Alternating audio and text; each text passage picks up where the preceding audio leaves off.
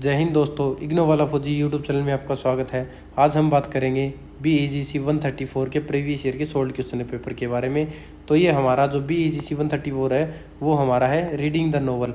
इसके मैं ऑलरेडी आपको इसके चैप्टर हैं वो चैनल पर अपलोड कर चुका हूँ, जो कि आप हमारे इग्नो वाला फौजी यूट्यूब चैनल पर जाकर देख सकते हैं। इसके हमने 16 चैप्टर हैं, 16 के 16 चैप्टर का सॉल्यूशन डाल रखा है और उसके साथ सभी ब्लॉक्स का इंपॉर्टेंट क्वेश्चन पेपर डाल रखा है, जो कि आप देख सकते हैं।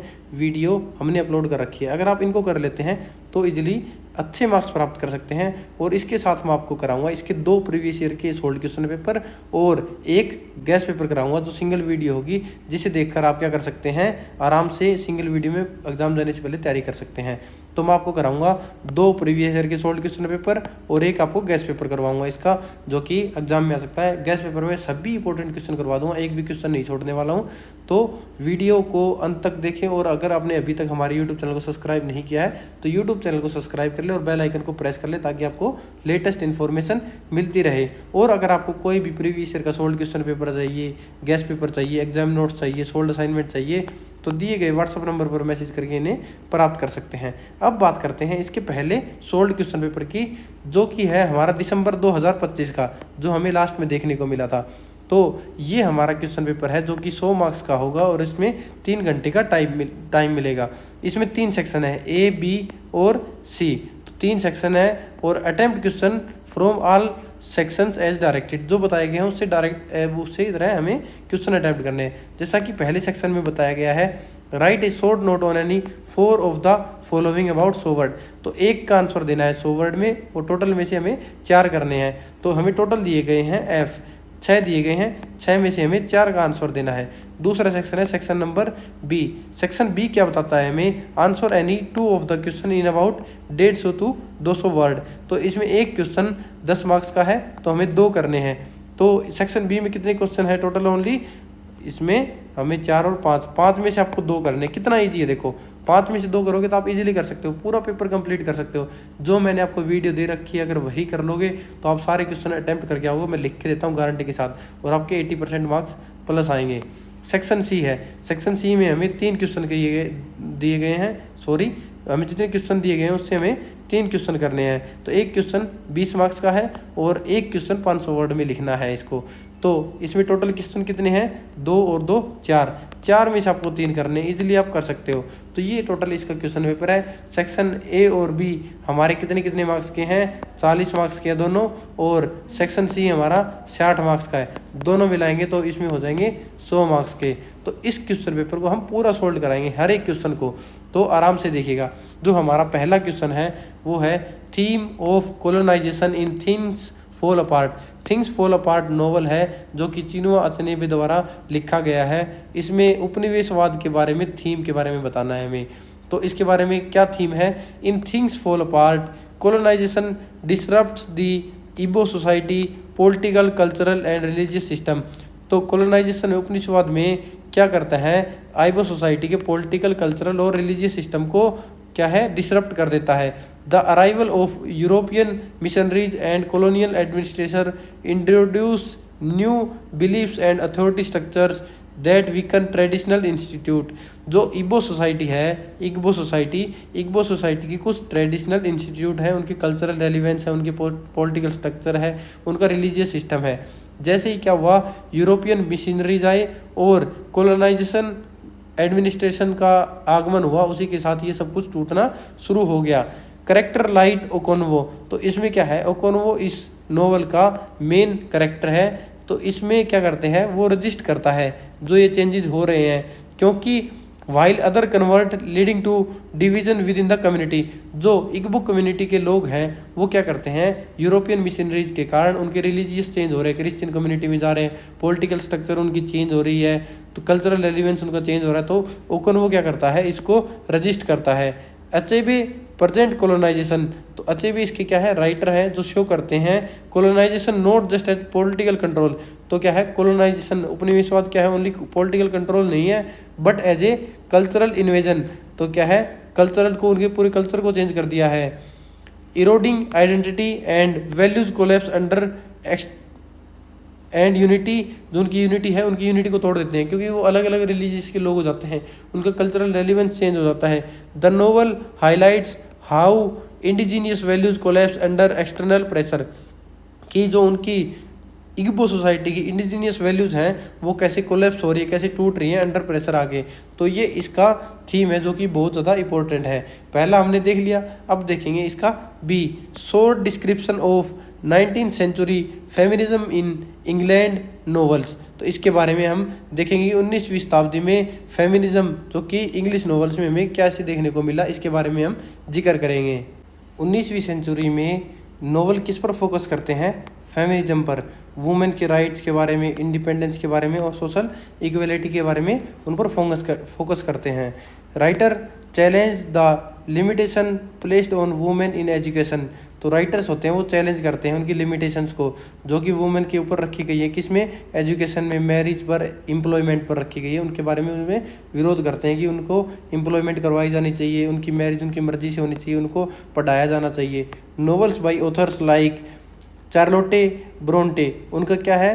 जेने आयरे उसकी कृति है, नोवेल है, and George Eliot explored women inner lives. तो जैसे कि ये दो लेखक का उन्होंने एग्जाम्पल लिया है, उन्होंने अपनी नोवेल में क्या जिक्र किया है? उनकी inner lives, moral strength and desires for autonomy, moral autonomy के बारे में जिक्र किया है, जो वुमेन ऑटोनॉमी है उसके बारे में। These works questioned patriarchal norms and presented women as intelligent. तो उन्होंने अपने नोवेल में वुमेन को इंटेलिजेंट पेश किया है, कैपेबल इंडिविजुअल्स, वो अकेले ही काफ़ी हैं, सीकिंग सेल्फ रिस्पेक्ट, उनकी सेल्फ रिस्पेक्ट एंड आइडेंटिटी, उन्होंने ऐसे उनको पेश किया है। तो ये 19th सेंचुरी में उसका शॉर्ट डिस्क्रिप्शन है जो कि आप लिख सकते हैं।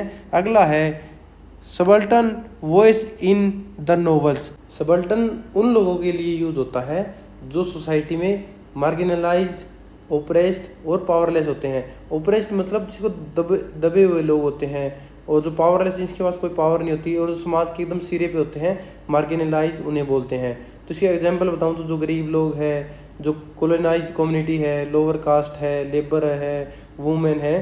तो सबल्टन वॉइस का अर्थ है इन दबे कुचले लोगों की आवाज़ और उनके अनुभवों को लिटरेचर में प्रस्तुत करना। इसको आप लिखोगे कैसे क्वेश्चन में, इंग्लिश में आएगा तो the subaltern voice refers to the representation of marginalise, जो बिल्कुल सिरे पे खड़े हैं, groups such as the poor, colonise, oppressed, whose perspective are often ignored in novels. This voice highlights their struggle. तो नोवेल में क्या है? उनकी वॉइस को हाईलाइट, उनके स्ट्रगल को हाईलाइट किया जाता है, उनके एक्सपीरियंस को बताया जाता है, उनके जो रेजिस्टेंस है, उनको मुश्किलात सामने आते हैं उनको दिखाया जाता है। Writer aim to give agency to those excluded from mainstream narratives. तो ये क्या करते हैं, जो राइटर है उनका एम होता है इनको जो दिखाना होता है ना, उनके मेन स्ट्रीम, इनकी लाइफ वो दिखाते हैं। Such works challenges dominate power structure and bring attention to the issue like caste class. तो क्या है, जो डोमिनेट पावर है ना उसकी स्ट्रक्चर को दिखाते हैं, और साथ में क्या दिखाते हैं, जो इशू है इन लोगों के साथ, जैसे कि कास्ट का, क्लास का, कॉलोनियल ऑपरेशन का। Making literature more inclusive and socially aware. तो इनकी वजह से क्या होता है, ये जो सोशली अवेयर हो जाते हैं नॉवेल्स, और लिटरेचर इंक्लूसिव बन जाते हैं। अगला पढ़ते हैं हम इसमें, जो एक्सपोजिटरी नोवेल होता क्या है। तो एक्सपोजिटरी नोवेल का मीनिंग है letters, diaries, entries, documents, emails के माध्यम से लिखा जाता है इन नोवेल्स को। यह कहानी करेक्टर्स की पर्सनल राइटिंग्स और कम्युनिकेशन के जरिए आगे बढ़ती है। तो एक्सपोजिटरी नोवेल समझ गए आप क्या होता क्या है? An expository novel is a narrative written in the form of letter, diary, entries, documents, जो किस में लिखे जाते हैं? इन फॉर्म में लिखे जाते हैं। This style allows reader to experience. तो ये स्टाइल क्या अलाउ करता है? रीडर को एक्सपीरियंस कराता है event through the personal perspective of characters. जो इवेंट होते हैं, जो पर्सनल पर्सपेक्टिव है उनके करेक्टर को दिखाता है। It create intimacy and realism. और ये क्या क्रिएट करता है? इंटीमेसी और रियलिज्म को क्रिएट करता है। As a story unfold through direct communications. Famous example include, इनके फेमस एग्जाम्पल है एक्सपोजिटरी नॉवेल्स के, पमेला और Dracula. The form often explores emotions. जो इनकी फॉर्म है वो क्या करती है? इमोशन को एक्सप्लोर करती है, रिलेशनशिप को दिखाती है, साइकोलॉजिकल डेप्थ को दर्शाती है। तो ये हमारा क्या हो गया? एपिस्टोलरी नोवेल हो गया। अगला देखेंगे इसमें टाइप ऑफ कैरेक्टर्स। तो एक नोवेल में कितने टाइप के कैरेक्टर्स होते हैं इसकी हम जिक्र करेंगे। अगर मोटा मोटी मैं बात करूँ तो मेजर कैरेक्टर्स में प्रोटागोनिस्ट होते हैं और क्या होते हैं, तो मैं मोटे तौर पर बात करूँ तो एक नोवेल में प्रोटागोनिस्ट होता है जो कि मेन कैरेक्टर होता है, एंटागोनिस्ट होता है जो कि प्रोटागोनिस्ट का अपोज करता है, एक होता है राउंड कैरेक्टर जो कि कॉम्प्लेक्स और डेवलप करता है नोवेल में, एक होता है फ्लैट कैरेक्टर जो कि सिंपल और लिमिटेड एक्सेस रखता है, एक होता है डायनेमिक कैरेक्टर जो क्या करता है टाइम के साथ चेंज हो जाता है, एक होता है स्टैटिक कैरेक्टर जो कि अनचेंज रहता है, कभी बदलता नहीं है। तो इतने प्रकार के हमारे पास क्या हैं कैरेक्टर्स हैं जिनको हम एक एक करके बताएंगे। Characters in literature are broadly classified into several type, जो बहुत सारे टाइप के हैं। पहला है प्रोटागोनिस्ट जो कि मुख्य सेंट्रल हमारा होता है, मुख्य कैरेक्टर होता है, और central figures, while antagonist oppose them, और एंटागोनिस्ट क्या होता है इसका अपोजिट होता है जो इसका अपोज करता है। राउंड कैरेक्टर आर कॉम्प्लेक्स, जो राउंड कैरेक्टर होते हैं वो कॉम्प्लेक्स होते हैं और डेवलप ओवर टाइम, जो टाइम के साथ डेवलप होते हैं। फ्लैट कैरेक्टर्स क्या करते हैं सिंपल और स्टैटिक होते हैं। डायनेमिक कैरेक्टर क्या करते हैं चेंज हो जाते हैं, और स्टैटिक कैरेक्टर जो चेंज नहीं होते सेम रहते हैं। This type help structure narrative and shapes development of theme, और ये इतने कैरेक्टर क्या करते हैं एक नोवेल के डेवलपमेंट में हेल्प करते हैं, उसकी थीम बनाए रखते हैं। And conflicts in a story, जो कि एक स्टोरी को कॉन्फ्लिक्ट देते हैं, एक रूप देते हैं और इंटरेस्टिंग नोवेल बनाते हैं। तो ये होगा हमारा टाइप ऑफ नोवेल। अगला है हमारा इसमें नोवेल्स ऑफ डायस्पोरा। तो डायस्पोरा होता क्या है, डायस्पोरा का अर्थ है अपने होमलैंड से दूसरे देश में जाकर बसने वाले लोगों का समुदाय। डायस्पोरा नोवेल्स उन लोगों को एक्सपीरियंस को पोर्ट्रे करते हैं जो माइग्रेशन के कारण अपने कल्चर और आइडेंटिटी के बीच में संघर्ष करते हैं। इसके मीनिंग को बताऊं तो जो डायस्पोरा का मीनिंग है नोवेल में, तो नोवेल माइग्रेशन, डिस्प्लेसमेंट, आइडेंटिटी और कल्चरल कन्फ्लिक्ट पर आधारित होते हैं। ये नोवेल्स दिखाते हैं कि लोग अपने नेटिव कल्चर को कैसे मेंटेन करते हैं, नई सोसाइटी में कैसे एडजस्ट होते हैं। फिर इनकी मेन थीम के बारे में बात करेंगे जो होती है, तो इसको आप लिखोगे कैसे एग्जाम में आ गया। तो diaspora novel explore the experience of the people living away from their homeland, जो अपनी होमलैंड से दूसरी जगह जाकर लोग बसते हैं उनके ग्रुप के लोग को बोलते हैं। ऑफन डीलिंग विद माइग्रेशन, जो क्या करते हैं माइग्रेशन करते हैं, आइडेंटिटी, कल्चर एंड कन्फ्लिक्ट को फेस करते हैं। These works highlight feeling of displacement, जिससे क्या है डिस्प्लेसमेंट की फीलिंग आती है। नोस्टैल्जिया एंड एडप्शन, तो इसमें क्या है माइग्रेशन और डिस्प्लेसमेंट देखने को मिलता है। कैरेक्टर अपने होमलैंड छोड़कर दूसरे देश में रहते हैं, इससे लोनलीनेस और अलाइनेंटेशन की फीलिंग पैदा होती है, और क्या होता है कि अकेलापन महसूस होता है। इससे क्या होता है जो आइडेंटिटी क्राइसिस आता है। कैरेक्टर अपनी नेटिव आइडेंटिटी और न्यू कल्चरल आइडेंटिटी के बीच में बैलेंस बनाने की कोशिश करता है। अगला है इसमें नोस्टाल्जिया। नोस्टाल्जिया क्या होता है, जो अपने देश की याद आती है ना उसे बोलते हैं मिसिंग करना। होमलैंड की मेमोरीज और ट्रेडिशंस के लिए इमोशनल अटैचमेंट दिखाए जाते हैं जिन्हें बोलते हैं नोस्टाल्जिया। अगला है एडप्शन। एडप्शन क्या होता है, एडप्शन और सर्वाइवल, जो माइग्रेशन नई सोसाइटी में एडजस्ट करने और एक्सेप्टेंस करने पाने का प्रयास करते हैं उन्हें बोलते हैं एडप्शन एंड सर्वाइवल।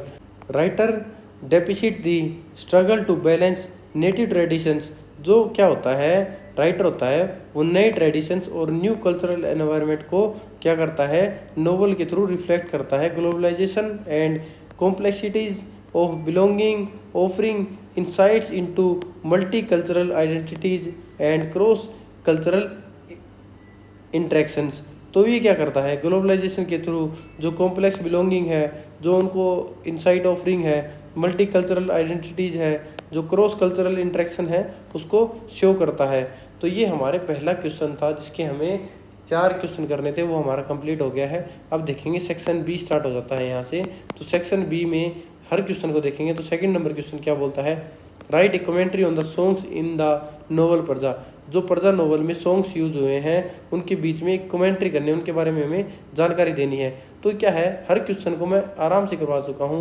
अगर आपके पास अब भी टाइम है, डेली आप एक एक करके वीडियो देखोगे तो भी आप एग्जाम से पहले इनको कर लोगे, क्योंकि शायद में भी इसका एग्जाम आपका 5 तारीख को है, 5 जून को। तो आप इसे आराम से कर सकते हैं। आपके पास अभी भी 15-20 दिन पड़े हैं। इतनी मस्त वीडियो बना रखी है जाके आप आराम से देखकर पास हो सकते हैं। अगर बात करोगे इसमें जो सॉन्ग्स यूज हुए हैं प्रजा नोवेल में, तो प्रजा नोवेल में सॉन्ग्स के ऊपर हमें कमेंट्री करनी है कि सॉन्ग्स क्या है। तो प्रजा में सॉन्ग्स बहुत महत्वपूर्ण भूमिका निभाते हैं। ये केवल मनोरंजन नहीं है बल्कि tribal life, culture, emotions, identity को व्यक्त करने का माध्यम है। सॉन्ग्स नोवेल की स्ट्रक्चर और थीम दोनों को मजबूत बनाते हैं। तो इसके बीच में कनेक्शन क्या है? तो इसका कनेक्शन है नेचर के साथ। इसको आप लिखोगे कैसे? बहुत ये क्या है, हमें 10 मार्क्स का क्वेश्चन है जिसे आराम से आप इसे लिख सकते हैं।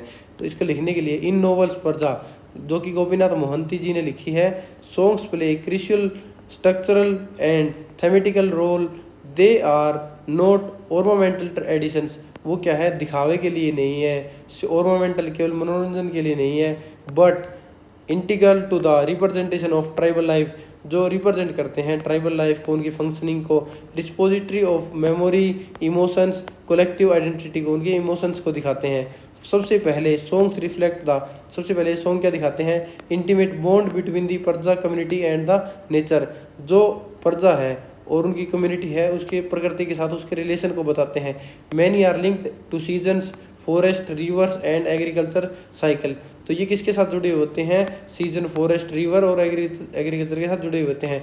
तो these narrative encode ecological knowledge, तो इनको क्या है, ये क्या दिखाता है? इनको इकोलॉजिकल नॉलेज है। Expression as a world wide view in the which human life is inseparable from the natural environment. तो क्या है, जो ह्यूमन लाइफ है वो इनसेपरेबल है नेचुरल लाइफ से। अगर हम पुराने टाइम की बात करें तो the reinforces of novels border emphasise on indigenous cosmology. तो ये क्या करते हैं, जो मीडियम होता है इनका वो किसके थ्रू शो करते हैं, वो दिखा रहा है कि जो नोवेल का बॉर्डर है वो एम्फेसाइज करता है। दूसरा इसमें क्या है, song serve as a medium of oral traditions and cultural continuity. तो इसका मीडियम क्या है? तो जो इनके सॉन्ग है वो क्या थे, ओरल ट्रेडिशन थे, ना कि लिखित रूप में थे। जो ट्राइबल कम्युनिटी थी जी वो क्या कहती है, लार्जली नॉन लिटरेट होती थी, वो पढ़े लिखे नहीं होते थे। इसलिए क्या करते थे, सॉन्ग को history, myth, tradition, social values को एक जनरेशन से दूसरी जनरेशन तक पहुंचाने का काम करते थे। तो उनका ओरल ट्रेडिशन कल्चर कंटिन्यूटी को शो करता है। Third, they are articulate collective emotions. तो उनके सॉन्ग्स थे वो क्या थे, इमोशंस थे, वो शो करते थे जॉय को, लव को, ग्रीफ को, एंजाइटी को। Unlike individualize lyricism in written literature, these songs are communal performance, dissolving the boundary between performance and audience। तो ये क्या करते हैं, ये शो करते हैं बाउंड्री किसके बीच में, जो परफॉर्म कर रहा है और जो ऑडियंस है उसके बीच में। तो ये सॉन्ग्स क्या होते हैं, रिचुअल्स भी होते हैं जो रीति रिवाजों में गीतों की भूमिका भी निभाते हैं। जैसे कि बर्थ, जन्म पे हो गया किसी के, या कोर्टशिप, मैरिज, किसी की शादी पे, डेथ पे ये सुनाए जाते हैं। किसी की डेथ होगी तो सुनाए जाते हैं। इससे कम्युनिटी क्या होती है, लाइफ ऑर्गेनाइज रहती है और कस्टम्स प्रिजर्व रहते हैं। जो इनके कलेक्टिव इमोशंस है, जो कि जो लव, ग्रीफ, एंजाइटी को एक्सप्रेस करते हैं, ये इंडिविजुअल नहीं बल्कि क्या है, कम्युनल परफॉर्मेंस होते हैं, एक ग्रुप की परफॉर्मेंस होते हैं। इससे ट्राइबल क्या करता है, कलेक्टिज्म दिखाई देता है कि एक साथ दिखाई देते हैं। अगला इसमें फोर्थ क्या है, सोशल टेंशन एंड डिसपोजेशंस। तो रिफ्लेक्शन और क्या होता है, जो सोशल एक्सप्लॉयटेशन है वो दिखाता है इसको, जो सामाजिक शोषण है उसका चित्र को। जब प्रजा के लोग, मनी लेंडर्स और जो उनके ऑफिशियल्स हैं, जो आउटसाइडर लोग हैं, उनके द्वारा एक्सप्लॉइटेड होते हैं, उनके द्वारा शोषण किया जाता है, तब सॉन्ग का टोन बदल जाता है। सॉन्ग क्या करते हैं, प्रोटेस्ट करते हैं, सोरो करते हैं, लॉस ऑफ डिग्निटी को व्यक्त करते हैं। सेलिब्रिटी सॉन्ग्स धीरे धीरे एलिजैक बन जाते हैं, जो कि शोकपूर्ण बोलते हैं उन्हें। तो ये क्या करते हैं, सोशल टेंशन और डिस्पोजिशन को दिखाते हैं। अगला इसमें है नेटिव टेक्निक एंड रियलिज्म। तो ये किसको, रिदमिक वेरिएशन एंड ऑथेंटिसिटी हम देख चुके हैं इसमें। अगला है इसमें कल्चरल रेजिस्टेंस को शो करता है। ये सॉन्ग क्या करते हैं, कल्चरल रेजिस्टेंस शो करते हैं, अपने कल्चर को चेंज होने से रोकने पर मजबूर करते हैं और उसको शो करते हैं कि हाँ हम एक यूनिटी हैं, हम बदलेंगे नहीं। जो कम्युनल लोग हैं या जो कॉलोनाइजेशन है उसको रोकने का प्रयास करते हैं। इन सब की बात करें, सबको जोड़ के, song in Paraja operate as a aesthetic device. Paraja में सॉन्ग है वो एक एस्थेटिक डिवाइस की तरह काम करता है, कल्चरल अचीव लाता है और पॉलिटिकल स्टेटमेंट देता है। They deepen characterizations, anchor and the narrative in indigenous life worlds. तो इसके थ्रू वो मजबूती को दिखाते हैं कि हम यूनिटी हैं, हमारे अंदर एस्थेटिक है, हम कल्चरल आर्चिव रखते हैं, पॉलिटिकल स्टेटमेंट भी रखते हैं, and register both the vitality and vulnerability of the Paraja community. और ये रजिस्टर करते हैं बोथ किसको, वाइटलिटी को और वनरेबिलिटी को, प्रजा लोगों की कम्युनिटी के बारे में। तो ये इस क्वेश्चन का आंसर हो गया। क्वेश्चन नंबर 3 है हमारा, describe the cultural fabric of Igbo society as depicted in the novel things fall apart. Things fall apart में कल्चरल फैब्रिक दिखाना है हमें, किसका, आइबो सोसाइटी का। तो थिंग्स फॉल अपार्ट जो कि लिखा गया है चिनुआ अचेबे द्वारा ने क्या किया, इग्बो सोसाइटी है उसको एक ऑर्गेनाइज्ड, रिच और वैल्यू बेस्ड कल्चर के रूप में प्रस्तुत किया है। नोवेल क्या है, कोलोनाइज स्टेरियोटाइप्स को चैलेंज करता है और दिखाता है कि अफ्रीकन सोसाइटी सिविलाइज थी, स्ट्रक्चर्ड थी और कल्चरली रिच थी। तो जैसा कि कोलोनाइजेशन के बाद उनको दिखाने का प्रयास किया गया था कि इनकी सिविलाइजेशन की कमी थी, स्ट्रक्चर्ड नहीं थी और इनका कल्चर रिच नहीं था, इसको लेकर उनको कोलोनाइजेशन की जरूरत पड़ी और उन्हें बहुत सारी प्रॉब्लम फेस करनी पड़ी। तो ये क्या बताता है, इसकी कल्चरल फैब्रिक क्या बताती है, Chinua Achebe presents Igbo society as a complex, organized and value driven culture prior to and during early colonial instruction। जो उपनिवेशवाद काल है ना, उससे पहले और उसके दौरान जो शुरुआती फेज था उसमें क्या थी, बहुत रिच थी ये। The novel counters reductive colonial stereotypes by depositing a coherent social system। तो उन्होंने क्या किया है, जो colonial stereotypes है उसको एकदम दरकिनार किया है, इनकार किया है, with its own institution beliefs and aesthetic life. जो कि उन्होंने अपनी जो इंस्टीट्यूशन है, बिलीव्स है, विश्वास है और एस्थेटिक लाइफ के थ्रू इन्होंने इसको इनकार कर दिया है। तो अब क्या है, इनकी सोशल ऑर्गेनाइजेशन और किनशिप के बारे में बात करते हैं। किनशिप क्या होती है, रिश्तेदारी, और उनका सोशल ऑर्गेनाइजेशन सामाजिक संगठन, इसके बारे में बताते हैं कि ये है क्या। जो इग्बो सोसाइटी है वो क्या थी, डिसेंट्रलाइज थी, यानी इनका कोई सिंगल किंग नहीं था। इनकी अथॉरिटी थी वो उनके बड़े बूढ़े बुजुर्ग थे, उनके एल्डर्स और उनके जो टाइटल्ड मैन थे। एक परिवार में बड़ा बुजुर्ग हो गया, गांव का एक मुखिया प्रधान होता था। जो उनके एज ग्रेड ग्रुप्स हैं, जो बड़े बूढ़ों का ग्रुप है, वो इनके मुखिया होते थे, उनके पास इनकी पावर होती थी। तो सोसाइटी क्या थी, पर्सनली और थी और आइडेंटिटी और इनहेरियंट्स फादर लाइन से तय होते थे। जो इनकी क्या थी, पैट्रिनाइल किनशिप स्ट्रक्चर थी, आइडेंटिटी थी, इनहेरिटेंस थी। वो कौन डिसाइड करता था, जो इनके बड़े बूढ़े थे परिवार में, वो डिसाइड करते थे। जो इनका सोशल स्टेटस है, इनका स्टेटस है वो क्या था, वेल्थ और याम फार्मिंग इनका क्या था, वेल्थ हो गया और याम फार्मिंग इनका सोशल स्टेटस था, जो कि पर्सनल अचीवमेंट से प्राप्त हुआ था। अगला है हमारा इसमें second, economy and material culture. तो इकोनॉमी क्या हो गया, अर्थव्यवस्था, और मटेरियल हो गया इनकी भौतिक संस्कृति। तो इसके बारे में बात करते हैं।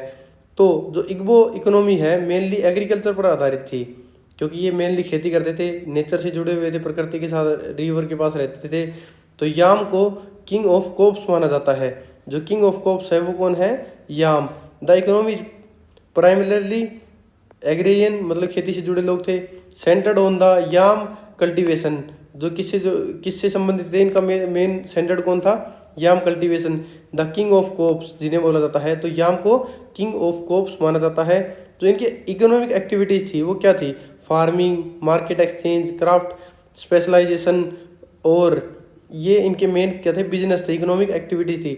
जो फेस्टिवल्स है या सीजनल साइकिल है सोशल लाइफ को, वो क्या करते थे, रेगुलेट करते थे। तो ये इनकी क्या थी, इकोनॉमिक और मटेरियल कल्चर था। अगला इसमें रिलीजन और कॉस्मोलॉजी। तो रिलीजन क्या है, धर्म है, और कॉस्मोलॉजी क्या है, जो ब्रह्मांड संबंधी विश्वास है इनके इग्बो सोसाइटी के, उसके बारे में बात की गई है। तो इनका विश्वास किस में था, पॉलीथेस्टिक एंड एनिमिस्टिक, इनमें विश्वास था इनका। जो इनका सुप्रीम गॉड है वो कौन था, चुकवू। चुकवू इनका कौन था, सुप्रीम गॉड था, जिसे सुप्रीम डाइटी भी बोलते हैं। एंड इसके साथ क्या है, जो डाइटीज है, स्पिरिट है, एंसेंट्रल गॉड्स हैं, उनमें इसका विश्वास माना जाता है। ओरेकल, डाइटीज और एंसेंट्रल स्पिरिट्स है, इसमें ये विश्वास करते थे। जो ओरेकल है of hill and caves important decision guide करता था। जो इनके क्या थे, Oracle of hills and caves क्या करते थे, इनके मेन गाइड करते थे, डिसीजन करते थे। जो ची है वो कॉन्सेप्ट, ची बोलते हैं ना, ये ची कॉन्सेप्ट पर्सनली डेस्टिनी को रिप्रेजेंट करता था। तो ये किसको करता था, कॉन्सेप्ट लाइक ची integrate individual agency with spiritual order. जो पर्सनल डेस्टिनी है ची, वो क्या करता था, इंडिविजुअल एजेंसी और स्पिरिचुअल ऑर्डर को रिप्रेजेंट करता था। अगला इसमें है लॉ, जस्टिस, कॉन्फ्लिक्ट रिजोल्यूशन। तो इसमें क्या है, कानून और न्याय व्यवस्था कैसी थी। जस्टिस कस्टमरी लॉज पर आधारित किया जाता था। जो जस्टिस था इनका वो कस्टमरी लॉज के आधार पर था। जो इगवू है, इगवू गुवू डिस्प्यूट सोल्व करते थे। जो इनके इगवू गुवू क्या करते थे, इनके डिस्प्यूट थे उनको सोल्व करते थे। इनकी जो पनिशमेंट थी वो क्या थी, फाइन्स था, रेस्टिट्यूशन था, एग्जाइल था। इस प्रकार के इनके क्या थे, पनिशमेंट थी। सिस्टम रेस्टोरेटिव जस्टिस पर आधारित था। इनका सिस्टम किस पर आधारित था, रेस्टोरेटिव ओरिएंटेशन पर आधारित था। सिस्टम रेस्टोरेटिव जस्टिस करते थे, ठीक है। तो इनका अगला है इसमें gender role and family structure. तो इनका जेंडर रोल कैसा था और फैमिली स्ट्रक्चर इनकी कैसी थी।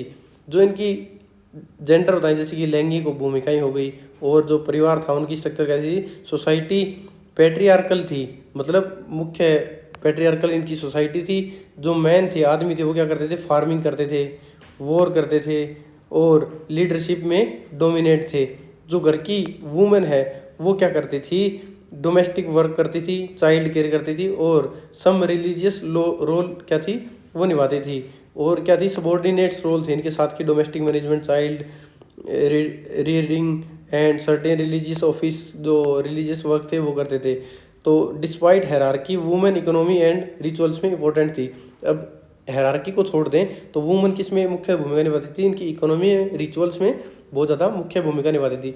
अगला इसमें है language, oral tradition and aesthetic. जिनकी भाषा थी और जो उनकी मौखिक परंपरा थी उसके बारे में है। जो इग्बो कल्चर है, इग्बो सोसाइटी का कल्चर है, वो क्या था, प्रोवर्ब था, फोक टेल्स थी, प्रोवर्ब, फोक टेल्स, और उनकी गाने थे वो बहुत ज़्यादा महत्वपूर्ण थे। अच्छे भी क्या कहते हैं कि जो प्रोवर्ब्स है ना, वो एक पाम ऑयल की तरह काम करते हैं। जब खाने में खाते हैं, जैसे खाने में पाम ऑयल है ना, वैसे ही क्या है, प्रोवर्ब इनके खाने के साथ जो खाने वाली चीज़ है वो है। जो ओरल ट्रेडिशंस है इनकी, जैसे कि विजडम हो गया, एस्थेटिक हो गया, और इसके साथ हिस्ट्री है, उसको प्रिजर्व करती थी।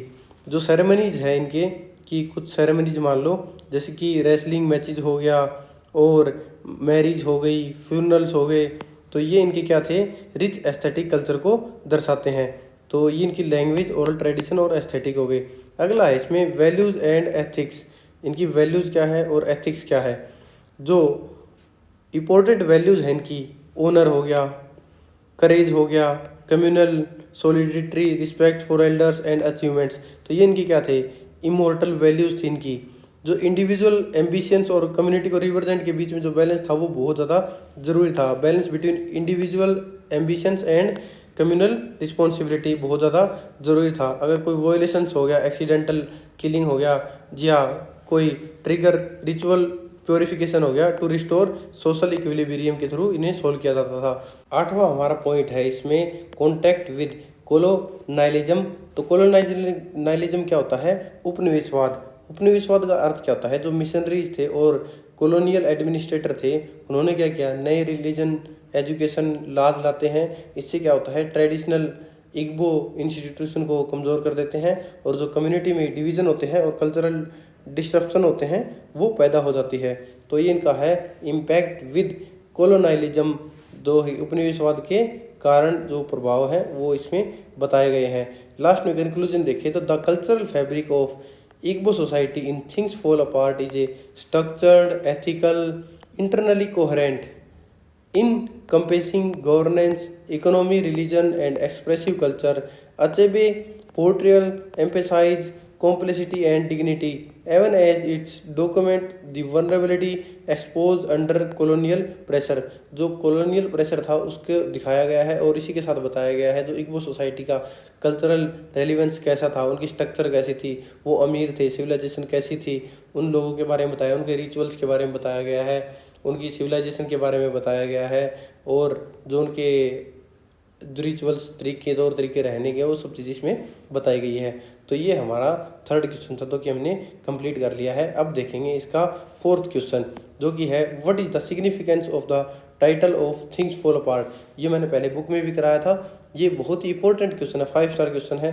अगर आप कोई भी इसमें क्वेश्चन आते हैं, आपको अगर आ नहीं रहा है तो ये क्वेश्चन छाप के आ जाना, आपको पक्के पूरे मार्क्स मिलेंगे। तो इसका सिग्निफिकेंस क्या है थिंग्स फॉल अपार्ट के टाइटल का? तो सबसे पहले बात करें तो इसका टाइटल है थिंग्स फॉल अपार्ट, वो कि हाईली सिंबॉलिक है and important for understanding the novel themes, जो कि एक नोवेल के थीम को समझने के लिए बहुत ज़्यादा ज़रूरी है। इसका टाइटल लिया गया कहाँ से है वो बताएंगे, और जो फ्रेज है वो, तो इसके बारे में बात करें तो the title Things fall Apart by Chinua Achebe is highly symbolic and centre to understanding the novel's themes.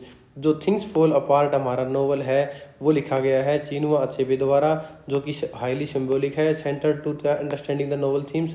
It is derived from a line in, ये कहाँ से लिया गया है? एक लाइन से, W.B. येट्स की एक पोएम है द सेकंड कमिंग, वहाँ से लिया गया है। Things fall apart the centre can not hold.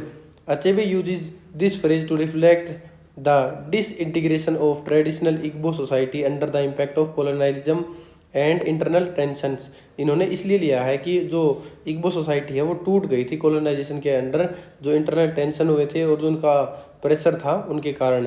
The title encapsulate both personal and collective collapse. तो ये टाइटल क्या दिखाता है? इनकैप्सुलेट करता है दोनों को, पर्सनल और कोलेक्टिव कोलैप्स को। तो इसका पहला पॉइंट की बात करते हैं इसके टाइटल के सिग्निफिकेंस के बारे में कि डिसइंटीग्रेशन ऑफ इग्बो सोसाइटी। तो डिसइंटीग्रेशन होता है विघटन, तो इग्बो सोसाइटी का विघटन कैसे होता है इसके बारे में बात करते हैं। तो जैसे कि इसका टाइटल बताता है, ट्रेडिशनल इग्बो सोसाइटी के ब्रेकडाउन को सिंबलाइज करता है। कोलोनाइज्म के प्रभाव क्या हुए थे? ब्रिटिश रूल आ गया, क्रिश्चियन मिशनरीज आ गए थे, नए ला आए, नया धर्म अपना लिया, और जो ट्रेडिशनल थे कस्टम, बिलीफ, सोशल इंस्टीट्यूशंस वो कमज़ोर होने लगे।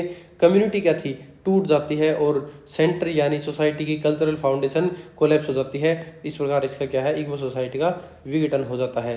तो आप इसको अपनी लैंग्वेज में लिख सकते हैं जैसे कि मैंने बताया है, या फिर आप जो मैंने इस क्वेश्चन में दिखा रखे वो लिख सकते हैं। At the societal level the title refers to the breakdown of the traditional Igbo society way of life. जो इसका ब्रेकडाउन है उसको दिखाता है। The arrival of British colonial rule, जो ब्रिटिश कॉलोनियल रूल आया था, जो क्रिश्चियन आए थे मिशनरीज, वो क्या करते हैं? डिसरप्ट इस्टेब्लिश्ड कस्टम्स इंस्टीट्यूशन, जो इग्बो सोसाइटी के इस्टेब्लिश्ड हैं इंस्टीट्यूशन है उनको कोलैप्स कर देते हैं। ट्रेडिशनल बिलीफ्स हैं, जुडिशियल सिस्टम है, communal unity begin to weaken. जो इग्बो सोसाइटी की क्या है? Traditional belief, justice, communal unity begin क्या हो जाती है? खत्म होना शुरू हो जाती है। The centre the cultural and social cohesion of the community fails to hold. जो क्या करते हैं? इसका सेंटर है वो कल्चरल और सोशल कोहेशन वो कम्युनिटी के रोकने में असफल होता है। जो नोवेल है portrays how external forces create division, किस प्रकार बाहरी दबाव क्या करता है?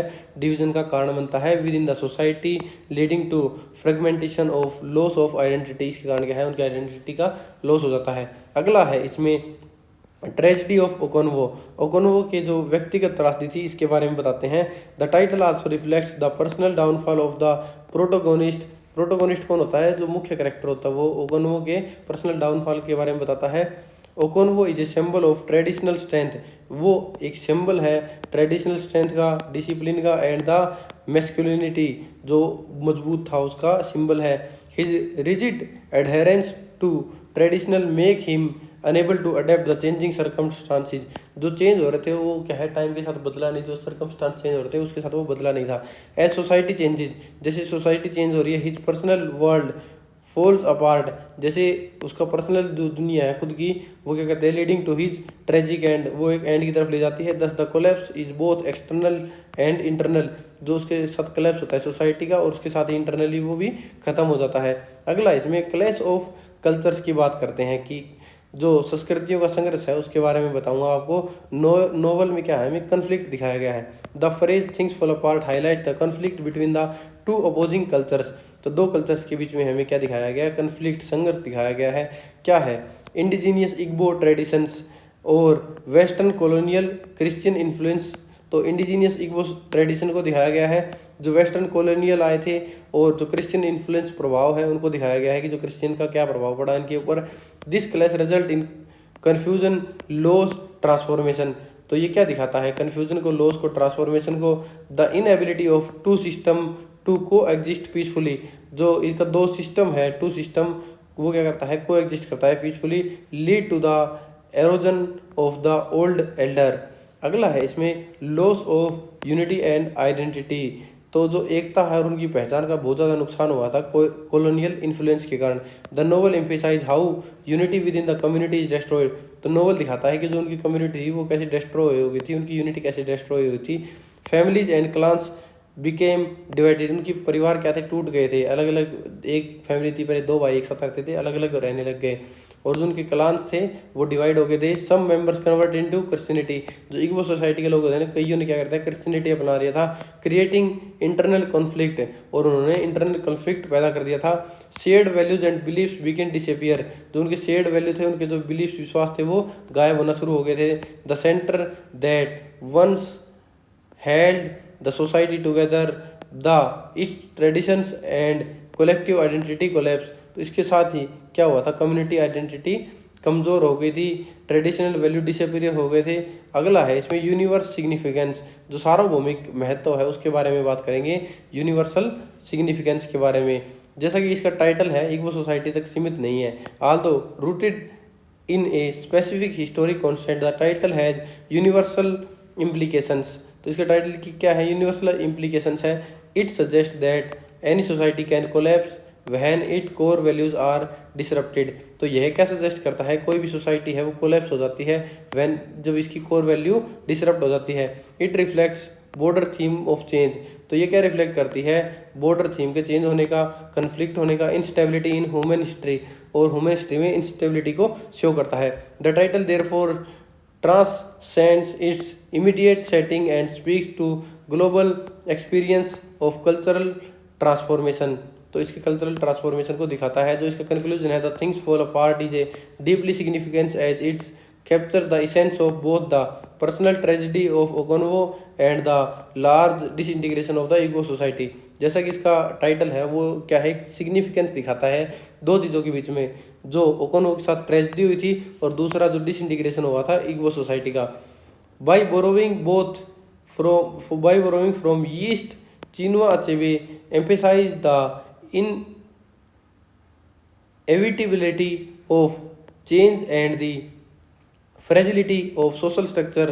The title securely conveys the novel center's theme of culture conflict। जो कि इसका टाइटल है वो क्या दिखाता है, कल्चरल कन्फ्लिक्ट हुआ ना उसको दिखाता है, जो कि एक सेंट्रल थीम है, जो इसकी आइडेंटिटी लॉस हुई है उसको दिखाता है, जो कोलैप्स हुआ है वन स्टेबल वर्ल्ड के बीच में वो दिखाता है। तो ये हमारा फोर्थ क्वेश्चन था, तो हमने कर लिया, जो इसके सिग्निफिकेंस है टाइटल के बारे में बताता है। पांचवा क्वेश्चन है हमारा, हाउ फार प्रजा successful in describing tribal life. तो जो प्रजा नोवेल है हमारा वो कितना, गोपीनाथ मोहंती द्वारा लिखा गया था, वो कितना सक्सेसफुल रहता है इसके ट्राइबल लाइफ के बारे में बताने में। तो प्रजा एक क्या है, इंडियन लिटरेरी में ट्राइबल लाइफ की सबसे ऑथेंटिक और रियलिस्टिक पोर्ट्रेयल्स में से एक मानी जाती है, जो एक नोवेल है, बहुत स्ट्रॉन्ग नोवेल माना जाता है, जो कि गोपीनाथ मोहंती द्वारा लिखा गया था।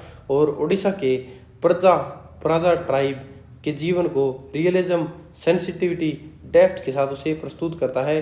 नोवेल क्या करता है, ट्राइबल पीपल की कल्चरल, ट्रेडिशनल, इमोशनल और स्ट्रगल्स को प्रभावशाली तरीके से दिखाता है।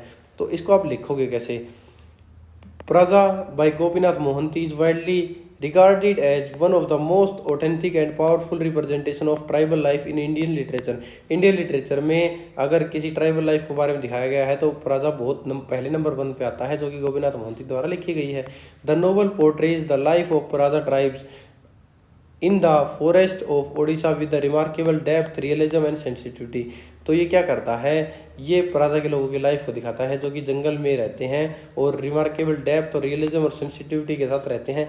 To a large contest it is highly successful in the depicting the socio cultural, economical, emotional realities and tribal existence. तो ये क्या दिखाता है, ये सक्सेसफुल रहा है किसमें, सोशल कल्चरल रेलिवेंस दिखाने में, इकोनॉमिक कंडीशन दिखाने में, इमोशनल रियलिटीज दिखाने में, किसकी, ट्राइबल जो कि प्रजा के लोग हैं उनकी दिखाने में सक्सेसफुल रहता है। तो अब बात करते हैं इसकी, वो कैसे डिस्क्राइब करता है उसकी लाइफ को, वो दिखाता है रियलिस्टिक डेपिसिएशन ऑफ ट्राइबल सोसाइटी। जो उसका रियल चित्रण है ट्राइबल सोसाइटी का उसको ये शो करता है। जैसे कि मान लो आप जो नोवेल है उसमें डेली लाइफ, कस्टम्स, ट्रेडिशंस और विविड डिस्क्रिप्शन को दिखाता है। जो उनके फॉरेस्ट, लैंड और जो सीजनल ट्राइबल आइडेंटिटी है उसका बहुत ही महत्वपूर्ण हिस्सा है। एग्रीकल्चर क्या करता है, प्रैक्टिस, फेस्टिवल्स और कम्युनल लिविंग का detailed portrayal ethnographic realism create करता है। तो जैसे कि बात करें इसमें, the novel provides a vivid picture of the daily life. वो क्या करता है, डेली लाइफ, कस्टम्स को, ट्रेडिशनल ऑफ परजा ट्राइब को दिखाता है। Mohanty present their close relationship with the nature of forest. तो मोहंती जी क्या दिखाते हैं, उनका क्लोज रिलेशनशिप दिखाते हैं जंगल के साथ, लैंड के साथ और सीजन के साथ। Are not merely backdrop but an integral part of their identity. Agriculture, practice, food habits, festivals and the communal living are described in the details. जो उनके फूड हैं, फेस्टिवल्स हैं, एग्रीकल्चर प्रैक्टिस है, उनको दिखाता है। Giving the narrative ethnographic richness, जो उनको नैरेटिव एथनोग्राफिक रिचनेस को दिखाती है। The realism make the depiction convincing and the immersive. जो क्या दिखाता है, उसके चित्रण दिखाता है, रियल चित्रण, किसके बारे में, कन्विंसिंग एंड इमर्सिव के बारे में एक रियल चित्रण दिखाता है। अगला है इसका सेकंड क्या दिखाता है, representation of simplicity and community life. एक रिप्रेजेंटेशन बतानी है हमें किसके बारे में, इसकी सरलता के बारे में और उसके सामुदायिक जीवन के बारे में, सिंप्लिसिटी के बारे में और कम्युनिटी लाइफ के बारे में। The tribal community in Paraja is shown as simple, honest and deeply rooted in collective values. जो इनकी ट्राइबल कम्युनिटी है परजा, वो क्या करती है, बिल्कुल सिंपल है, ऑनेस्ट है और deeply rooted with the collective values के साथ। द प्रोटागोनिस्ट सुक्रुजानी, जिसका मेन रोल है सुक्रुजानी है और उसकी परिवार, उसके फैमिली है, एम्बॉडी दीज क्वालिटीज, वो भी उसकी परिवार की में क्वालिटीज हैं। Their lives resolve around the mutual cooperation, respect for elders. वो क्या करते हैं, म्यूचुअल कोऑपरेशन करते हैं, बड़ों की इज्जत करते हैं, एंड हार्मनी विद नेचर, और नेचर के साथ जुड़े हुए हैं। मोहंती अवॉइड्स रोमांटिसिज्म, जो रोमांटिक होना चाहिए ना वो इसमें छोड़ दिया है, बल्कि उसके बजाय उन्होंने क्या दिखाया है, tribal life excessively. Instead he present both it dignity and it's vulnerability. जो क्या दिखाता है, परजा लोग, जो जनता है उसकी डिग्निटी और वर्नेबिलिटीज को दिखाता है। अगला है थर्ड इसमें, exposure of exploitation and injustice. Exploitation, जो इनका शोषण हुआ था प्रजा लोग के लोगों का, और इनजस्टिस को दिखाता है, उनके साथ अन्याय को दिखाता है। जैसे कि नोवेल क्या है, ट्राइबल पीपल के एक्सप्लॉयटेशन को स्ट्रांगली एक्सपोज करता है। जो एक्सप्लॉयटर हैं, कौन है इसमें, एक्सप्लॉयटेशन करता कौन है, जो मनी लेंडर्स हैं, लैंडलॉर्ड्स हैं, गवर्नमेंट ऑफिशियल्स हैं। जैसा कि परजा नोवेल में दिखाया गया है, जो इनके ऑफिशियल्स लोग हैं, लैंडलॉर्ड्स हैं, मनी लेंडर्स हैं, वो इनके साथ शोषण करते हैं। और जो प्रजा है वो क्या है, डेब्ट ट्रेट है और फॉरेस्ट लेबर है, उनकी ज़मीन छीन ली जाती है। तो यह क्या करते हैं, मार्जिनलाइज कम्युनिटी है, जो कि एक सिरे पे खड़ी है, कि सोशल इनइक्वालिटी को हाईलाइट करता है, एक्सपोजर करता है ऑफ एक्सप्लॉयटेशन एंड इनजस्टिस। ये बताना है आपको। Psychological depth and human emotions, जो मोहंती द्वारा लिखा गया है कि इसकी जो मनोवैज्ञानिक गहराई और उसकी भावनाएं हैं प्रजा लोगों की, मोहंती के करेक्टर हैं होप्स, फियर्स, सफरिंग और मोरल डिलेमास को एम्पैथी के साथ पोर्ट्रे करते हैं। जो उनके मोहंती जी का करेक्टर्स हैं वो क्या दिखाते हैं, होप, आशा करते हैं कि हमारे आगे दिन अच्छे होंगे, वो डरते हैं ऑफिशियल से, उनकी सफरिंग्स हैं, उनके जो मोरल डिलेमास हैं, इस प्रकार क्या है, इससे ट्राइबल कैरेक्टर रियलिस्टिक और ह्यूमन बन जाते हैं और स्टेरियोटाइप्स नहीं लगते हैं। स्टेरियोटाइप्स क्या है, रूढ़िवादी नहीं लगते, बल्कि सच्चाई लगती है कि वह उनकी साइकोलॉजिकल डेप्थ और ह्यूमन इमोशंस है पराजा के लोगों की। अगला है इसमें लैंग्वेज एंड नरेटिव स्टाइल्स। तो उनकी लैंग्वेज कैसी है और उनकी नैरेटिव स्टाइल कैसी है। नोवेल की लैंग्वेज ट्राइबल स्पीच के रिदम और इडियम्स को रिफ्लेक्ट करती है। जो नोवेल की लैंग्वेज है वो ट्राइबल लोगों के साथ मैच करने की कोशिश की गई है, उनके रिदम के साथ, और जो उनके इडियम्स है उनको रिफ्लेक्ट करती है। जो उनका नैरेटिव स्टाइल है वो एकदम सिंपल है, नेचुरल है, और इसका क्या है, इवोकेटिव है। इससे ऑथेंटिक और क्रेडिबिलिटी बढ़ती है। इसकी नोवेल है, इसकी कुछ लिमिटेशंस भी होंगी कि इसकी लिमिटेशन क्या है। While Praja is largely successful, some critics argue that the narrative is filtered through an outsider perspective. कुछ लोगों ने कहा है कि जो प्रजा की नैरेटिव स्टाइल है वो क्या है, आउटसाइडर लगती है, विच में लिमिट कंप्लीट ऑथेंटिसिटी, जो इनकी ऑथेंटिसिटी को कंप्लीट करती, लिमिट करती है। एडिशनली सर्टेन एस्पेक्ट्स, इसके साथ क्या करते हैं, कुछ एस्पेक्ट्स हैं of tribal culture might be generalized for narrative purposes, और इसके कुछ एस्पेक्ट हैं जो कि ट्राइबल कल्चर के वो क्या करते हैं, जर्नलाइज करते हैं नैरेटिव पर्पज को। अगला इसका है कंक्लूजन। ओवरऑल प्रजा is highly successful in describing tribal life, जो क्या करता है, ट्राइबल लाइफ को सक्सेसफुली दिखाता है। गोपीनाथ मोहंती कंबाइंस, वो क्या करते हैं, कंबाइन करते हैं रियलिज्म, एम्पैथी और सोशल क्रिटिक को to present a nuanced portrayal of the Paraja tribes. The novel on not only documents their cultural but also expose the injustice they face, वो क्या करते हैं, जो नोवेल है वो केवल डॉक्यूमेंट्स को नहीं दिखाता है देयर कल्चर, बट क्या करता है, एक्सपोज करता है, इनजस्टिस को एक्सपोज करता है। दे फेस, वो फेस करते हैं, मेकिंग इट बोथ लिटरेरी, जो दोनों को बनाते हैं, लिटरेरी और सोशल अचीवमेंट्स प्राप्त करते हैं। तो ये इस क्वेश्चन का हमारा कंक्लूजन हो गया। तो ये दिखाते हैं कि जो प्रजा है वो एकदम सक्सेसफुल रहती है ट्राइबल लाइफ को दिखाने के लिए। अगला हमारा क्वेश्चन है critically analyse the ending of the awakening, हमें जो द अवेकनिंग नोवेल है उसके एंडिंग को एनालाइज करना है। ठीक है, जो एंडिंग में है, the awakening is a highly symbolic और इमोशनल कंट्रोवर्शियल नोवेल है। At the end of the novel protagonist Edna Pontellier, जो एडना पोंटलियर है वो क्या करती है, walks into the sea and drown herself, और खुद को डुबो देते हैं। जो एडना पोंटलियर है वो इसकी मेन क्या है, प्रोटोगोनिस्ट मेन कैरेक्टर है, वो लास्ट में क्या करती है, समुद्र की तरफ जाती है और उसमें डूब जाती है।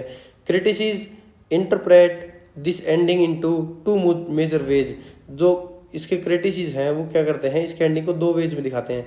एज ए ट्रेजिक डिफीट, एक ट्रेजिक डिफीट की तरह दिखाते हैं, और दूसरा दिखाते हैं as an act of freedom and rebellion, और दूसरा एक्ट दिखाते हैं किसका, फ्रीडम का और रिबेलियन का, जो उसके संघर्ष किया है उसने, उसको दिखाते हैं।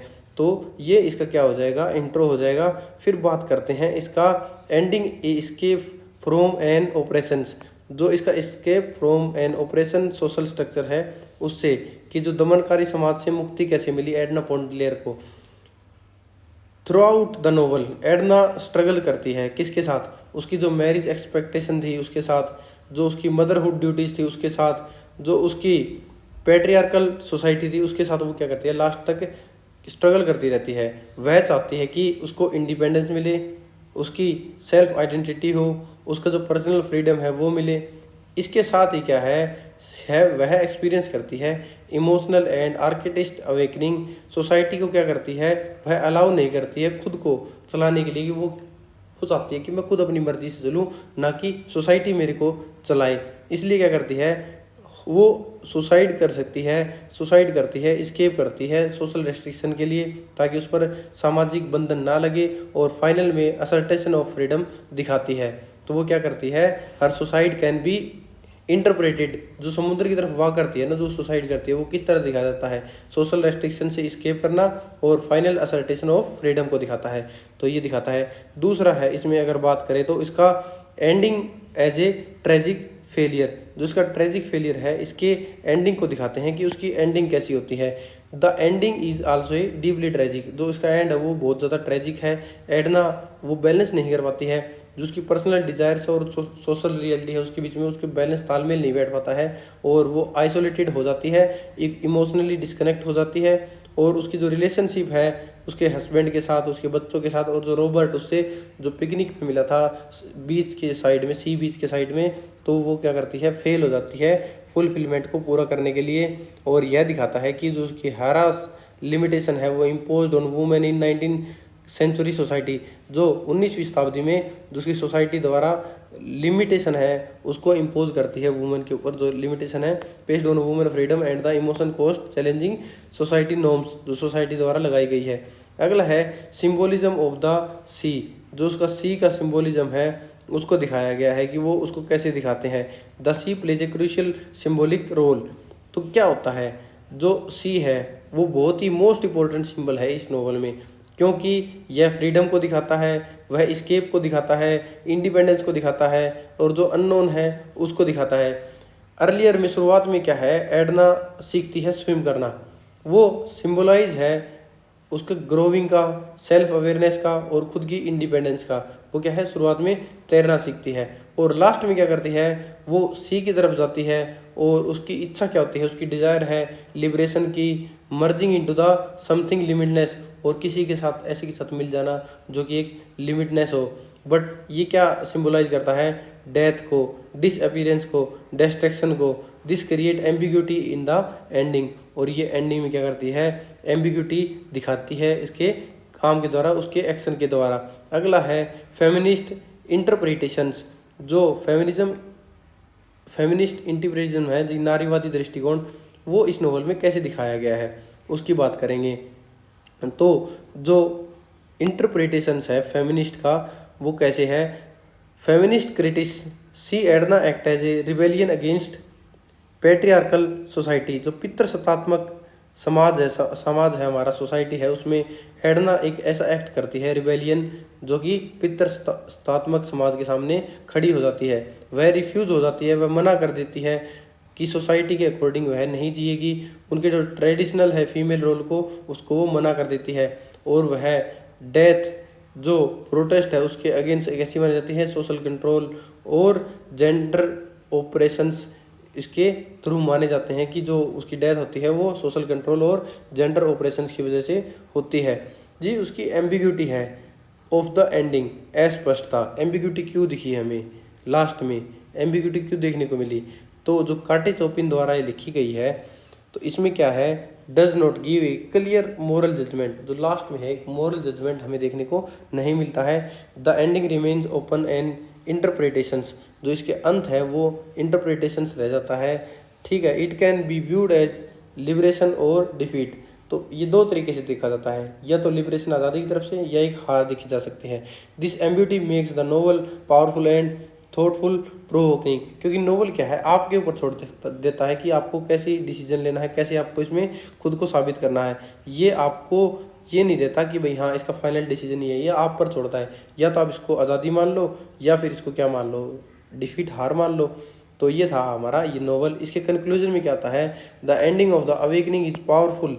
ये एंडिंग इसकी पावरफुल है बिकॉज इट इज़ एम्बिग्यूटी, क्योंकि यह एम्बिग्यूटी है। It underscores the harsh realities faced by women seeing independence while the also portraying a deeply personal act of defiance whether seen the liberation और defeat. जो क्या दिखाता है, liberation या फिर हार को दिखाता है। Edna final act remain profound.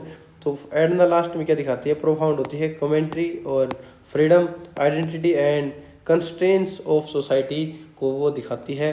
तो ये हमारे इस क्वेश्चन का आंसर था। अगला हमारा क्वेश्चन है क्वेश्चन नंबर 7। वो क्या है, examine the significance of the use of verbs in the things fall apart.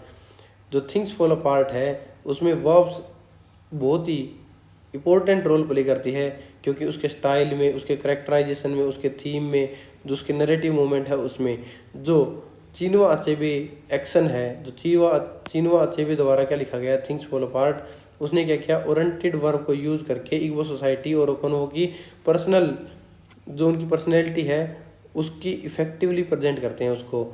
जो वर्ब्स नोवेल को डायनेमिक, रियलिस्टिक और पावरफुल बनाते हैं। जो वर्ब्स हैं वो नोवेल को क्या करते हैं, डायनेमिक, रियलिस्टिक और पावरफुल बना देते हैं। कैसे बनाते हैं पावरफुल, उसके पीछे पहला है projection of A dynamic action based culture दिखाते हैं, कि जो उनका सक्रिय और गतिशील संस्कृति का चित्रण को दिखाते हैं। अचेबे कनक्रिएट एंड काइनेटिक वर्ब्स का यूज़ करते हैं, जैसे कि cut, plant, build, wrestle, harvest, इस प्रकार की क्या है वर्ब्स का यूज़ करते हैं। कंक्रीट, काइनेटिक वर्ब्स जैसे कट, क्लियर, प्लांट, वेस्टल, इस प्रकार के वर्ब्स का यूज़ करेंगे।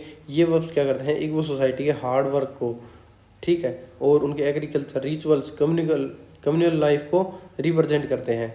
किसको शो करते हैं, उनके कम्युनल लाइफ को रिप्रेजेंट करते हैं। इससे सोसाइटी एनर्जेटिक और एक्शन बेस्ड दिखाई देती है।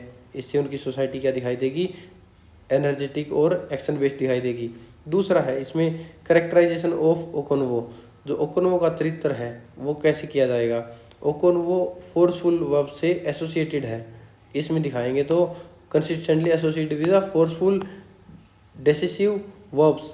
ही स्ट्राइक्स के जैसे कि स्ट्राइक्स, कमांड्स, एक्ट्स और सुप्रेसेस।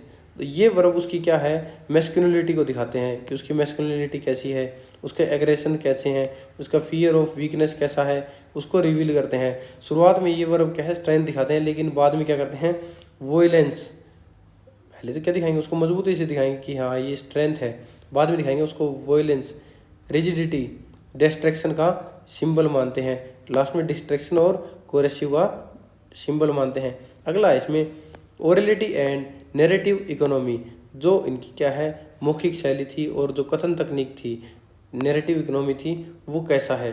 अचेबे की writing oral story telling tradition से प्रभावित है। जो Achebe prose draws oral story telling conventions where verbs carry narrative moments, sentences are often direct and parenthetic with the verbs driving progressions. This produce clarity and immediacy. तो ये क्या करता है, जो वर्ब्स नरेटिव को मूवमेंट, रिदम और immediacy देते हैं, वहीं जो सेंटेंस डायरेक्ट क्या करता है, सिंपल होता है, जिसे स्पोकन डिस्कोर्स जैसा इफेक्ट क्रिएट होता है। Echoing spoken discourse and communal narrations उसमें दिखाई देते हैं। पांचवा है इसमें कॉन्ट्रास्ट विद कॉलोनियल इंट्रूजन, जो इसके कॉन्ट्रास्ट है किसके साथ, कॉलोनियल इंट्रूजन के साथ। जो औपनिवेशिक प्रभाव आए हैं वो कैसे देखने को मिले और उसका अंतर क्या है।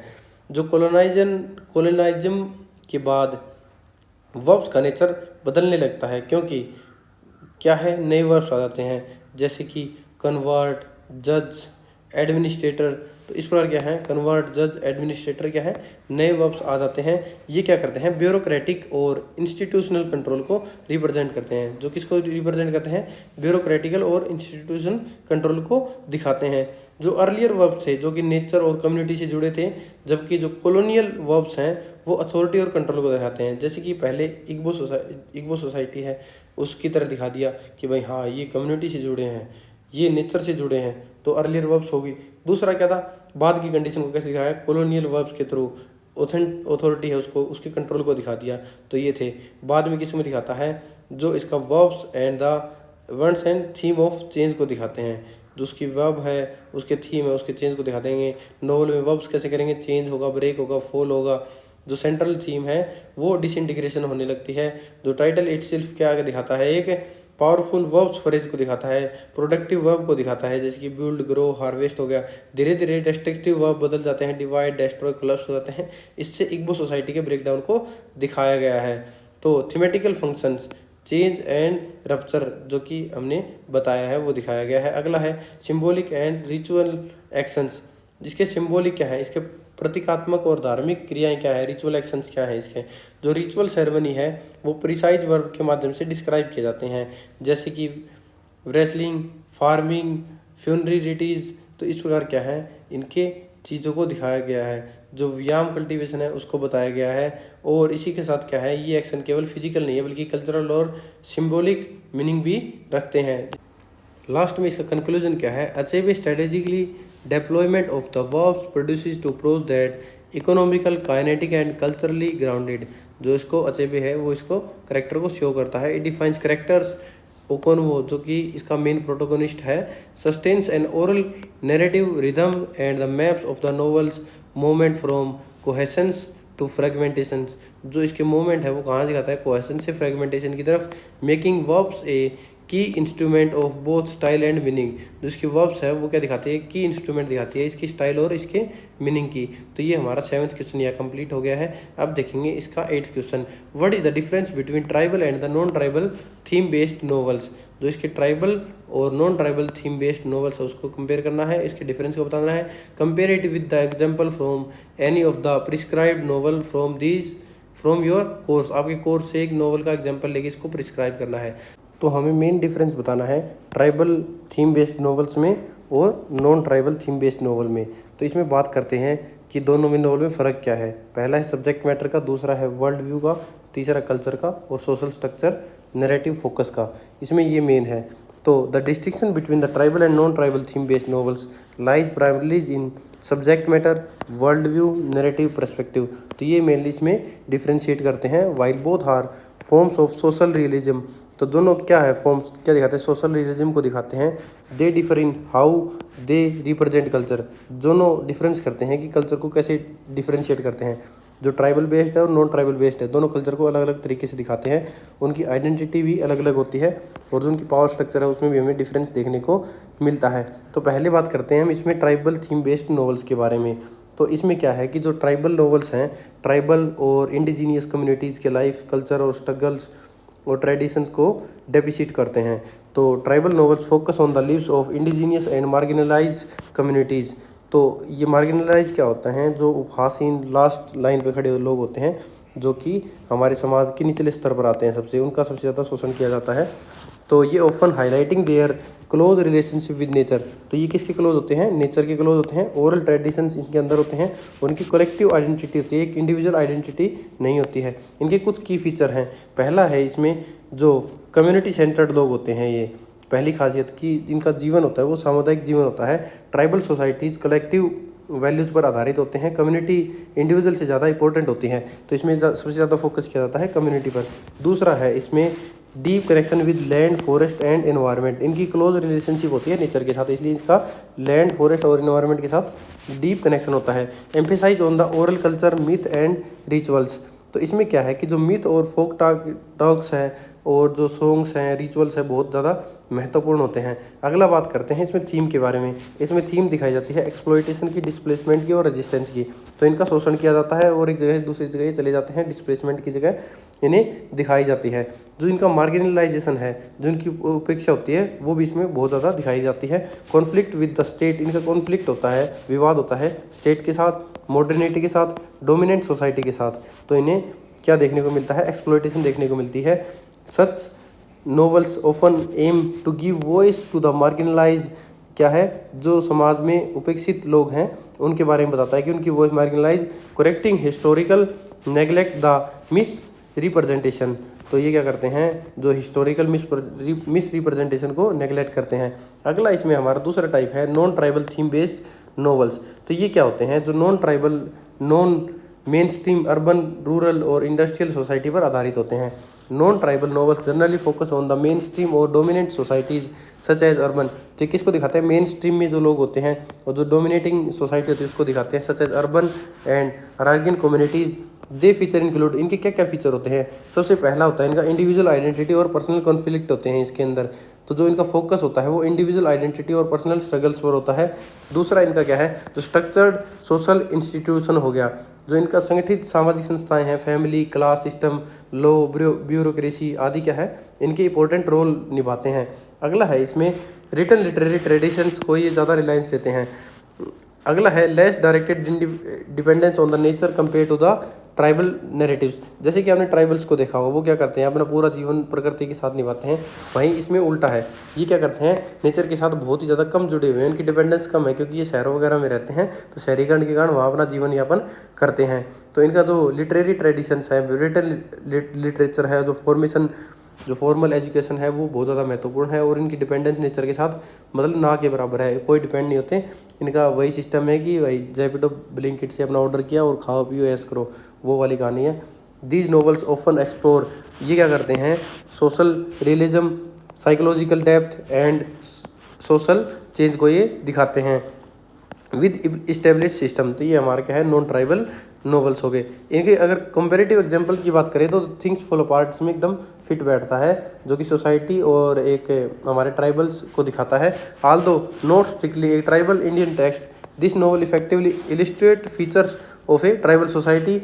चिनवा अचेबे, जिन्होंने थिंग्स फॉल अपार्ट को लिखा है, इसमें एग्जाम्पल के तौर पर फिट बैठता है। पोर्ट्रेज इग्बो सोसाइटी, जो कि इग्बो सोसाइटी को हाईलाइट करता है। इसमें क्या होता है, कलेक्टिव एंड ट्रेडिशनल बाउंड दिखाए जाते हैं with strong rituals and beliefs, जो कि ट्राइबल्स लोगों के होते हैं। Deeply connected with the nature, जो कि नेचर के साथ डीपली कनेक्टेड होते हैं। असर्टेंस स्पिरिट्स होती है, govern by the customs law, जो कि क्या है, कस्टम लॉज द्वारा, ओरल ट्रेडिशन द्वारा वो बंधे हुए होते हैं, उन पर कोई बाहरी शासन कानून लागू नहीं होते हैं।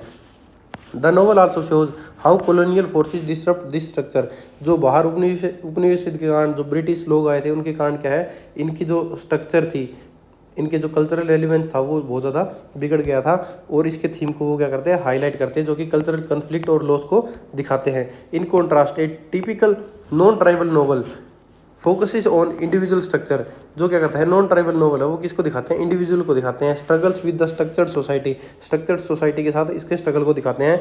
Where institution like law, economy and class hierarchy dominate rather than communal traditions. तो ये क्या दिखाते हैं, लॉ, इकोनॉमी, क्लास हायरार्की को दिखाते हैं जो कि कम्युनल ट्रेडिशंस के साथ बीट करते हैं।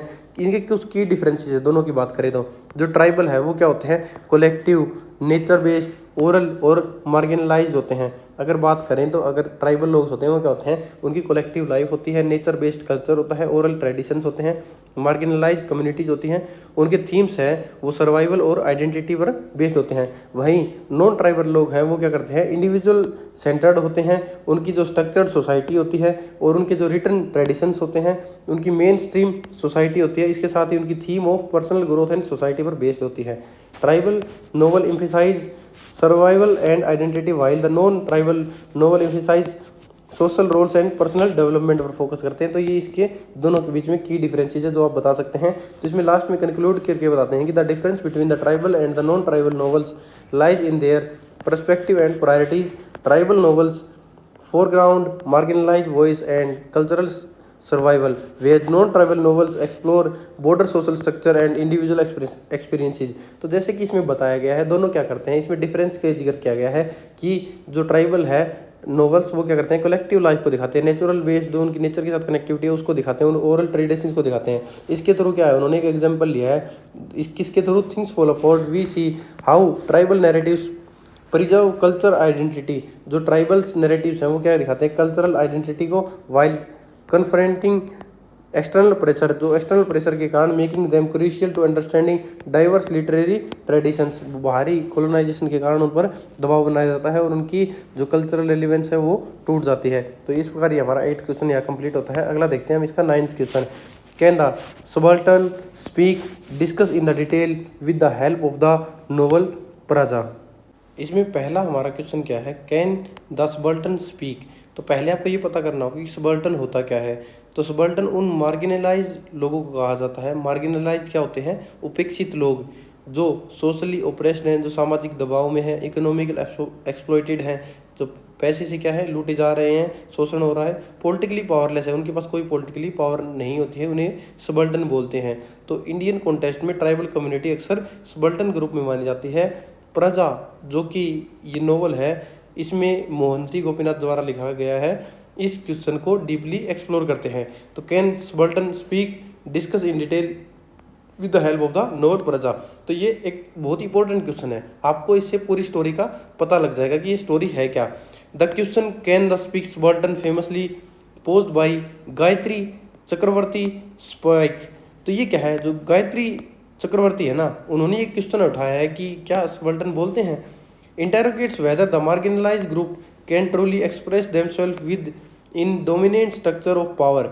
जो मार्जिनलाइज्ड लोग हैं, जो क्या है सबाल्टर्न लोग हैं, वो क्या करते हैं पावर स्ट्रक्चर ऑफ पावर में, और whether their voices are always mediated distorted और साइलेंस, क्या उनकी आवाज़ दबा दी जाती है, क्या वो बोल पाते हैं।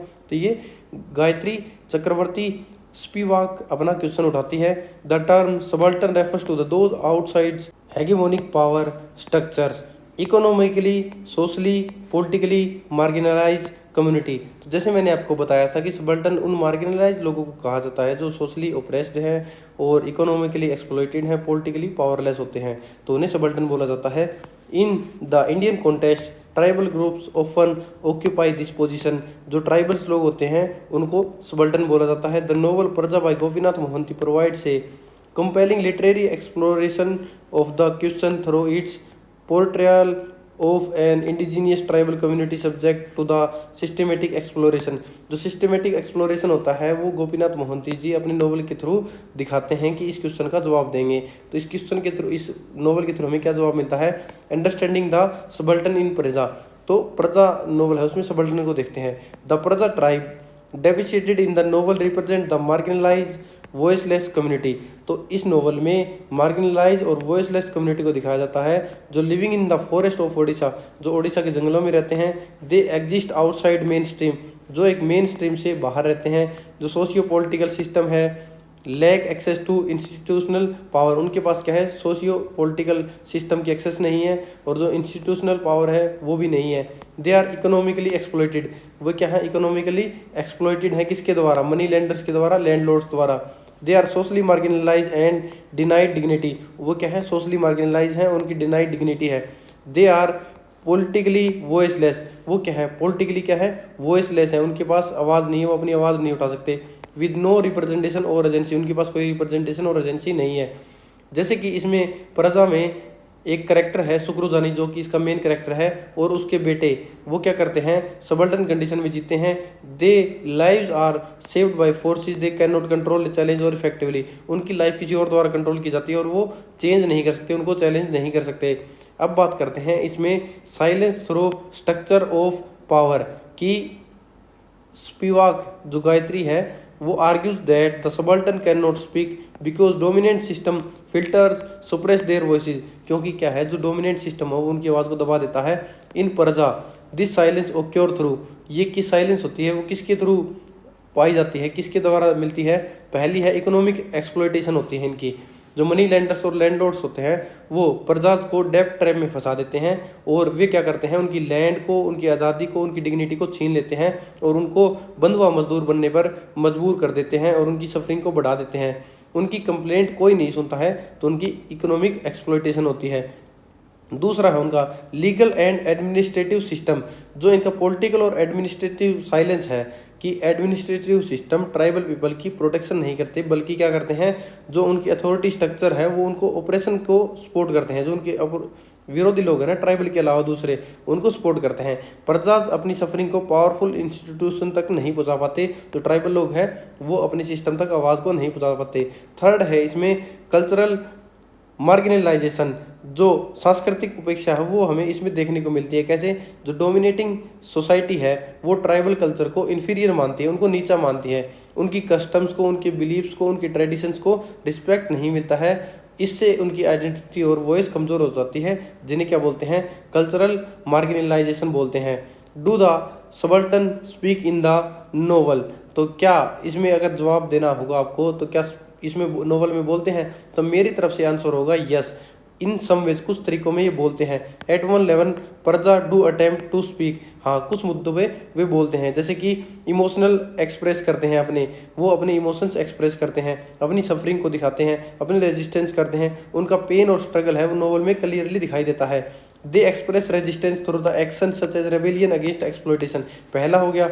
देयर सफरिंग, उनकी सफरिंग है, उनके emotions are vividly depicted. Third कौन सा हो गया, their world wide view in is presented through the narrative description, तो ये इसमें अगर मैं आंसर देना चाहूँ तो कुछ तरीकों में वो उसका क्या करते हैं, जवाब देते हैं, स्पीक बोलते हैं, तो इसमें जो क्लियरली दिखाया गया है।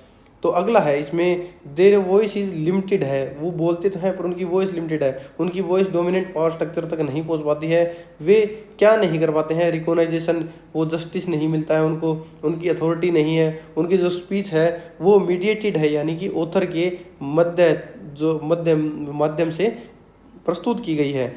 ये क्या करता है, सपोर्ट करता है कि जो स्पिवाक आर्ग्यूमेंट है, द सबल्टन में speak but society does not truly hear them, तो जो स्पिवाक बोलती है कि सबल्टन बोलते तो हैं पर उनकी स्पीच को does not achieve recognition authority within dominant discourse, उसको कोई सुनता ही नहीं है, उनको कोई सीरियस नहीं लेता है।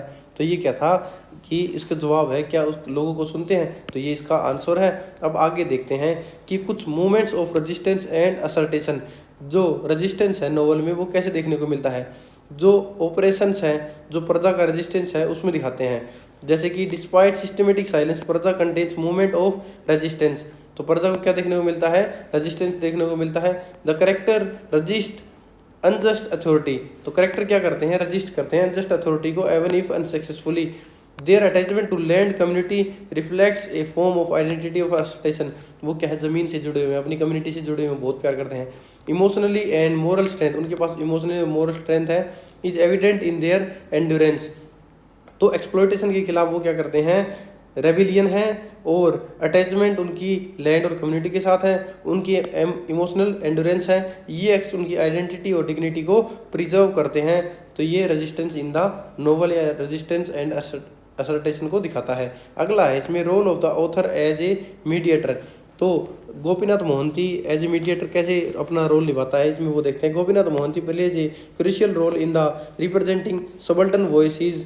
ही brings tribal life into the literary visibility. वो अपनी नॉवल के थ्रू क्या करते हैं, लोगों के सामने उनकी लाइफ को रखते हैं। He attempts to portray their experience authenticity and empathetically. तो वो क्या करते हैं, वो पोर्ट्रेज करते हैं ट्राइबल सफरिंग को, रियलिस्टिकली दिखाते हैं, सिंपैथेटिकली दिखाते हैं, और जो उनकी ऑथेंटिकली होती हैं वो क्या करते हैं, अपने जो ट्राइबल के रोल को अपने थ्रू दिखाते हैं। लेकिन थ्योरेटिकल क्वेश्चन यह भी उठता है कि जो एक आउटसाइडर है वो फुल्ली अपनी रिप्रेजेंट कर पाएगा उसको, सबल्टन वॉइस को। अकॉर्डिंग टू स्पिवाक रिप्रेजेंटेशन हमेशा पार्शियल और मीडिएटेड होती है। However the raise theoretical issue, can outsider truly represent the subaltern without altering their voice. बिना वॉइस को बदले वो पहुंचा पाएगा। According to the Spivak such representation is always partial and mediated. जो आवाज़ पहुंचाई जाती है वो क्या होती है, पार्शियल होती है और मीडिएटेड होती है। तो ये इसका जवाब होगा। अगला बात करते हैं इसमें ट्रेजिकली एंडिंग और साइलेंस इसका।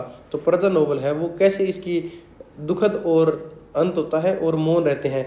जो नोवेल का ट्रेजिक एंडिंग हमें दिखाता है कि जो प्रजा के स्ट्रगल हैं वो फेल हो जाते हैं चेंज करने के लिए।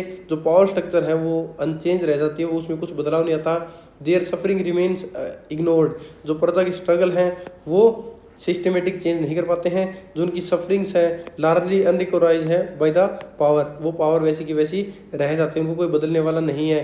तो this reinforces the idea that subaltern voice remain unheard in the dominant system. Dominant system में उनकी आवाज़ कहीं नहीं सुनी जाती। अब बात करते हैं क्रिटिकल इवेल्युएशन।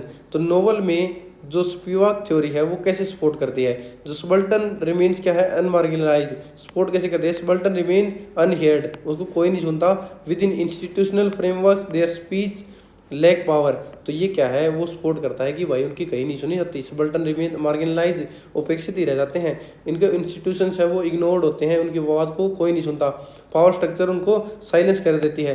चैलेंज क्या है, the novel becomes the medium through which subaltern experience are communicated. Challenge क्या है, नोवेल के थ्रू उनकी आवाज़ क्या है, चैलेंज किया जाता है उनकी आवाज़ को। दस the subaltern speak in literature but not structure of the authority. तो इस प्रकार क्या है कि जो सबल्टन है वो नोवेल में तो बोलते हैं लेकिन रियल स्ट्रक्चर में उनकी आवाज़ कहीं नहीं सुनी जाती।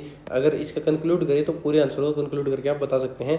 The novel Paraja provides a nuanced exploration of the question can the subaltern speak while the tribal characters express their sufferings and resistance.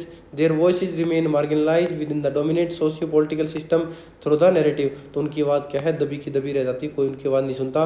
Gopinath Mohanty ji gives them visibility yet their speech is mediated and lacks transformative power. तो ये गोपीनाथ मोहंती का एक visibility देता है, उनकी speech को meditate करता है, फिर उनकी पावर को ट्रांसमिट करता है। Therefore the novel largely affirms Gayatri Chakravorty Spivak argument. तो उनके आर्ग्यूमेंट के थ्रू क्या है, the subaltern struggles to be heard in a world structure by inequality. तो क्या है, जो सबल्टन की स्ट्रगल है, उनकी वॉइस है, उनको कहीं ना कहीं वर्ल्ड में सुना जाएगा। Though literary can partly recover and represent their silence voices. तो लिटरेरी के थ्रू कहीं ना कहीं उनकी साइलेंस वॉइस को सुना जाता है, कहीं ना कहीं कुछ ना कुछ उनको हेल्प मिलती है, ना कि उसको परेशानी होती है। तो ये एक सेकंड वे है, एक डायरेक्टली अपनी आवाज़ उठाना, एक नोवेल के थ्रू आवाज़ उठाना। तो गोपीनाथ मोहंती ने प्रजा नोवेल के थ्रू उनकी आवाज़ को उठाया है। तो ये था हमारा 9th question.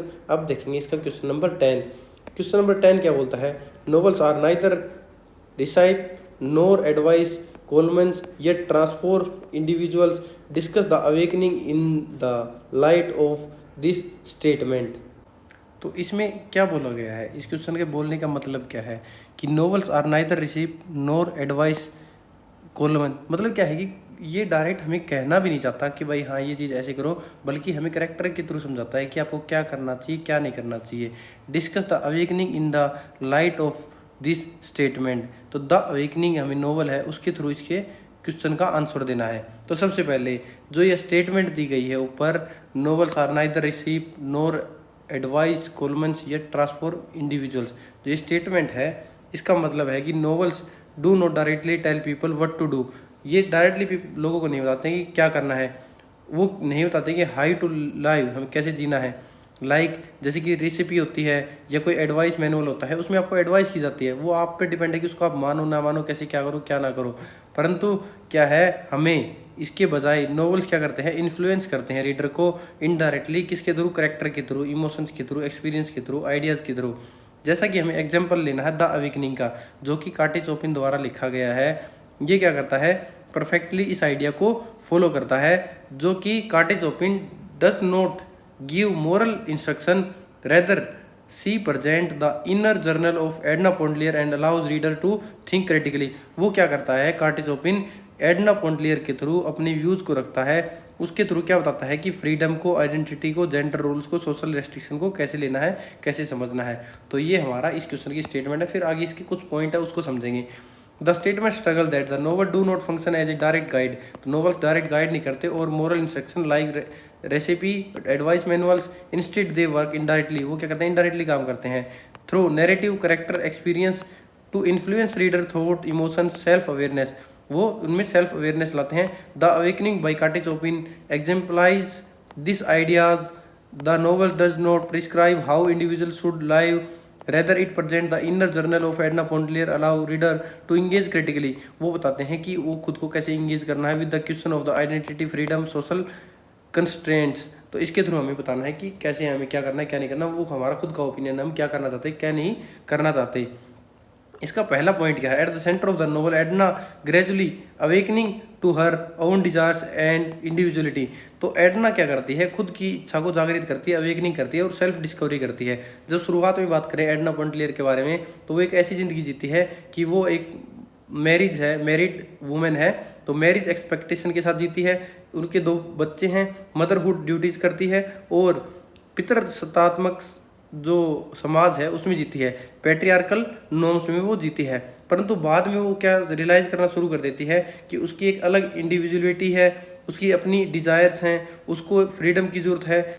The awakening novel के थ्रू हमें क्या समझ में आता है कि ये क्या है, इमोशनल, इंटेलेक्चुअल एंड साइकोलॉजिकल क्या है, रीडर्स ऑब्जर्व करते हैं उसकी ट्रांसफॉर्मेशन को, उसके रिफ्लेक्ट होते हैं on their own ideas about the identity and the independence. जो एडना पोंडलियर है उसकी हमें आज़ादी के बारे में पता लगता है। इनिशियली उसकी क्या पता लगता है कि वो अपनी मैरिज के हिसाब से ज़िंदगी जीती है, उसकी मदरहुड ज़िंदगी जीती है, वो पितृसत्तात्मक जीवन जीती है समाज में। बाद में उसको क्वेश्चन होता है, रोल होता है कि भाई हाँ मेरे को ऐसी ज़िंदगी जीनी चाहिए। वो क्या करती है, उसकी चॉइस होती है।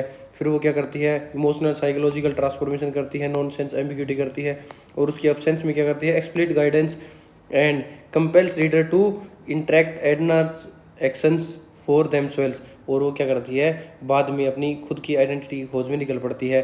The novel transformative power lies in the exploration of selfhood and autonomy. तो क्या करते हैं कि इसके बारे में अगर मैं आपको बताऊं तो ये ट्रांसफॉर्मेशन होती है, वो क्या होती है, सेल्फहुड और ऑटोनोमी के लिए, खुद की खोज में और खुद के लिए होती है। तो Edna experience her attention to Robert.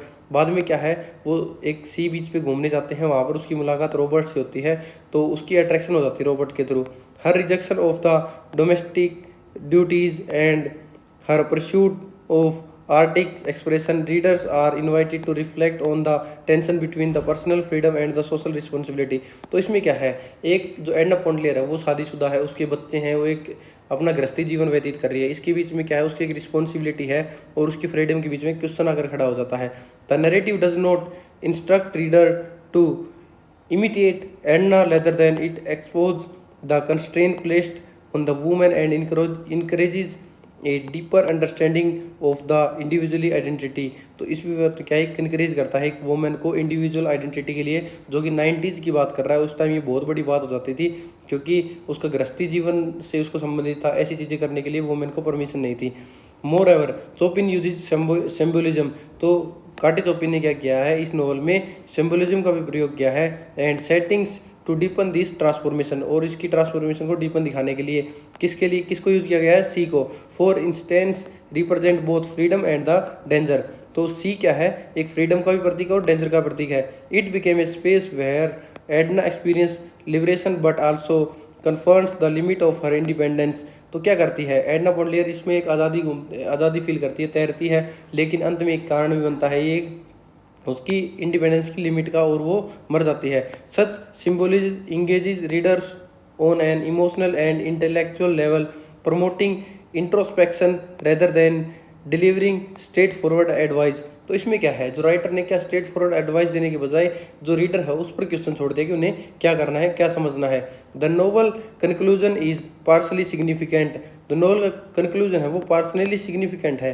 Eight the final act is open to multiple interpretations, whether it is a certain of freedom and escape from social pressure, tragic surrender. Chopin deliberately avoids a didactic ending, reinforcing idea that literature should provoke through rather than dedicated conclusion। तो इसमें आपको क्या देखने को मिलता है, जो इसमें दिखाया है कि जो सोसाइटी है हमारी उसकी एक्सप्लोरेशन और फ्रीडम, सोसाइटी के स्वतंत्रता और समाज का संघर्ष दिखाया गया है। जो उसकी पर्सनैलिटी है, पर्सनल फ्रीडम और उसकी सोशल रिस्पॉन्सिबिलिटी है, उनके बीच में रिलेशनशिप को दिखाया गया है। बाद में सिंबोलिज्म का प्रयोग किया गया है, उसके इमोशनल इम्पैक्ट को दिखाया गया है। जो चोपिन है उसने समुद्र को सिंबल के रूप में प्रयोग किया है, जो कि एक फ्रीडम, एस्केप और सेल्फ डिस्कवरी का प्रतीक है, साथ ही इसके डेंजर का भी प्रतीक है, क्योंकि लास्ट में एडना पोंडलेर समुद्र में डूबकर मर जाती है। तो एक एम्बिगुअस एंडिंग होती है इसकी। This ambiguity is precisely what enables the novels to transform reader, as they must grapple with a complex moral and existential question. Furthermore, the awakening challenges conventional norms of its time especially। तो इसके बाद क्या होता है, जो इसकी ending होती है वो एक इंटरप्रिटेशन को ओपन कर देती है। तो एडना की डेथ है वो दो तरीके से देखी जा सकती है, लिबरेशन डिफीट के तौर पे दो तरीके से देखी जा सकती है, या फिर प्रोटेस्ट और स्केप के रूप में देखी जा सकती है। चोपिन क्या करता है, इंटेंशनली उसको अवॉइड कर देता है, एक क्लियर कंक्लूजन की तरह उसमें एक कंक्लूजन नहीं देता है। This ambiguity forces reader to think critically. तो ये जो एम्बिग्यूटी है वो क्या करती है, जो रीडर है उसको क्रिटिकली थिंक करने पर मजबूर कर देती है, इमोशनली इंगेज कर देती है, टेक्स्ट के साथ रिफ्लेक्ट करती है कॉम्प्लेक्स इश्यू को। तो जो सोशल नॉर्म्स है उसको चैलेंज करता है। जो नोवेल है वो कैसे चैलेंज करता है, पैट्रियार्की को चैलेंज करता है, ट्रेडिशनल जेंडर रोल्स को चेंज करता है, उसकी जो एक्सपेक्टेशन है वुमेन के प्रति उसको चेंज कर देता है। क्यों? क्योंकि समाज पितृसत्तात्मक समाज है, वो इसकी परमिशन नहीं देता है कि वुमेन्स ओपनली ऐसे जाए, ऐसी चीज़ करे, रॉबर्ट के साथ जाए, शादी करे। तो इस चीज़ के खिलाफ था। तो ये क्या करता है, इसकी खिलाफत करता है, चैलेंज करता है सोशल नॉर्म्स को। तो ये आगे क्या बात करता है कि नोवेल ट्रांसफॉर्म इंडिविजुअल्स को कैसे करता है, ये बात करते हैं। तो एक नोवेल होता है वो रीडर को ट्रांसफॉर्म करता है, इनकरेज करता है सेल्फ रिफ्लेक्शन के लिए, क्वेश्चन करता है सोशल नॉर्म्स पर, क्रिएट करता है इमोशनल अवेयरनेस, एक deepening understanding of freedom and identity को दिखाता है। तो it changes perspective rather than giving instruction. तो ये क्या करता है, इस पूरे में हमें क्या देखने को मिलता है, ये एक अपना पर्सपेक्टिव देता है, ना कि इंस्ट्रक्शन देता है डायरेक्टली कि यही करना है। लास्ट में इसके कंक्लूजन में क्या है, the awakening illustrate the novels do not function as a perspective guide but as a catalyst of reflection and transformation. तो ये क्या है, डायरेक्ट गाइड नहीं करता है हमें, बल्कि ये क्या करता है, कैटलिस्ट रिफ्लेक्शन है ट्रांसफॉर्मेशन का। Through Edna Pontellier journey, Kate Chopin encourages reader to question social norms. Kate Chopin क्या है, एडना पोंडलियर के थ्रू एक सोशल नॉर्म्स पे क्वेश्चन करता है, explore the complexity of identity and the freedom, और फ्रीडम और आइडेंटिटी के बारे में क्वेश्चन करता है। The novel transforms individual not by telling them. तो जो नोवेल है वो एक इंडिविजुअल को ट्रांसफॉर्म करने के लिए बताता है, उसके बारे में जिक्र करता है, व्हाट टू डू, उसे क्या करना चाहिए, but by deepening their understanding, उसकी अंडरस्टैंडिंग को डीपनिंग करने के बाद, of themselves and the world around them. तो इसके बारे में क्या है, वो रीडर पर एक अपना क्वेश्चन छोड़ देता है कि उनको क्या करना चाहिए, क्या नहीं करना चाहिए। वो उनको क्या है, एक उस पर छोड़ देता है उनके ऊपर कि भाई क्या करना चाहिए, क्या नहीं करना चाहिए, ना कि एक कंक्लूजन देता है। अगर कंक्लूजन देता तो स्टोरी इंटरेस्टिंग नहीं होती, ना रीडर इतना ओपन क्रिटिकली थिंक कर पाता। तो ये था हमारा 10th नंबर क्वेश्चन। तो इसी प्रकार हमने इस क्वेश्चन पेपर को पूरा सोल्व कर लिया है, जो कि दिसंबर 2025 का सोल्ड क्वेश्चन पेपर था। इसका एकदम इजी है, जैसे मैंने बुक करा रखी है 16 के 16 चैप्टर, उनसे एक भी क्वेश्चन बाहर नहीं आया है। तो अगर आप 16 चैप्टर कर लेते हैं तो आपको कहीं जाने की जरूरत नहीं है। इसके मैं आपको 2 क्वेश्चन पेपर करवाने वाला हूँ, एक आज आपका हो गया है, अगला आपको मैं कल करवा दूंगा, इसके बाद एक गेस्ट पेपर करवाऊंगा तीसरे दिन। तो इस प्रकार इसकी प्लेलिस्ट कंप्लीट हो जाएगी। इसके बाद इस पर कोई वीडियो नहीं आने वाली है, इसकी वीडियो अगले बैच के लिए आएगी, जो कि मैं इंपॉर्टेंट वीडियोज़ लेकर आऊँगा। तो अगर आपने अभी तक हमारे यूट्यूब चैनल को सब्सक्राइब नहीं किया तो यूट्यूब चैनल को सब्सक्राइब कर ले, इग्नो वाला फौजी। और अगर आपको प्रीवियस ईयर के sold question paper, gas paper, exam note, solved assignment या कुछ भी स्टडी मटेरियल चाहिए तो स्क्रीन पर दिए गए मोबाइल नंबर पर व्हाट्सअप मैसेज करके इन्हें प्राप्त कर सकते हैं। मिलते हैं अगली वीडियो में, तब तक के लिए जय हिंद, जय भारत।